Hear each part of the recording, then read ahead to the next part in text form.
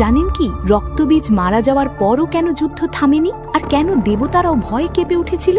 যে সময় রক্তবীজ তো মারা গেল, যেই মুহূর্তে রক্তবীজের শেষ রক্তবিন্দু কালীর মুখে প্রবেশ করল, মায়ের রূপ শান্ত হওয়ার বদলে আরও উগ্র হতে শুরু করল এক নতুন প্রলয়। মা কালীর চোখে তখন কেবল ধ্বংসের নেশা। অসুর তো শেষ, কিন্তু মায়ের তৃষ্ণা মিটছে না। তার চোখ রক্তবর্ণ হয়ে গিয়েছিল, জিভ বেরিয়ে এসেছিল, যেখানেই তার পা পড়ছিল সেখানেই মাটি ফেটে যাচ্ছিল, দিকসমূহ কাঁপতে শুরু করেছিল। তিনি এমন উন্মাদনা শুরু করলেন যে মনে হলো আজ পুরো ব্রহ্মাণ্ডই ধ্বংস হয়ে যাবে। দেবতারা ভয়ে ব্রহ্মার কাছে ছুটলেন, বিষ্ণুর কাছে গেলেন। ব্রহ্মা এবং বিষ্ণু বুঝলেন এই পরিস্থিতি সাধারণ নয়, কারণ এ তো কোনো বাইরের শক্তি নয়, এ স্বয়ং মহাদেবেরই শক্তি, আর নিজের শক্তিকে কেবল তার উৎসই শান্ত করতে পারে। সবার দৃষ্টি তখন কৈলাসের দিকে, একমাত্র মহাদেবই এখন ভরসা। মহাদেব এলেন, কিন্তু তিনি কোনো ত্রিশূল তুললেন না, কোনো হুঙ্কার দিলেন না।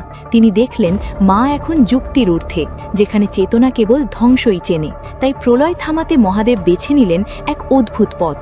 তিনি নিঃশব্দে মায়ের চলার পথে লাশের মতো শুয়ে পড়লেন। তিনি হয়ে গেলেন শবের মতো স্থির। হঠাৎ মায়ের পা নরম কিছুর উপর পড়ল। নিচের দিকে তাকাতেই মা স্তব্ধ হয়ে গেলেন। এ কি? এ যে স্বয়ং তার স্বামী! লজ্জায় আর অনুশোচনায় মায়ের জিভ বেরিয়ে এলো। মুহূর্তের মধ্যে সেই ভয়ানক তাণ্ডব থেমে গেল।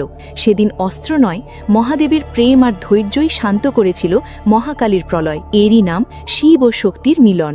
যদি সত্যিই মহাদেবের উপর বিশ্বাস থাকে, তাহলে ভিডিওটি লাইক ও চ্যানেলটি সাবস্ক্রাইব করুন আর কমেন্টে লিখুন, হার হার মহাদেব।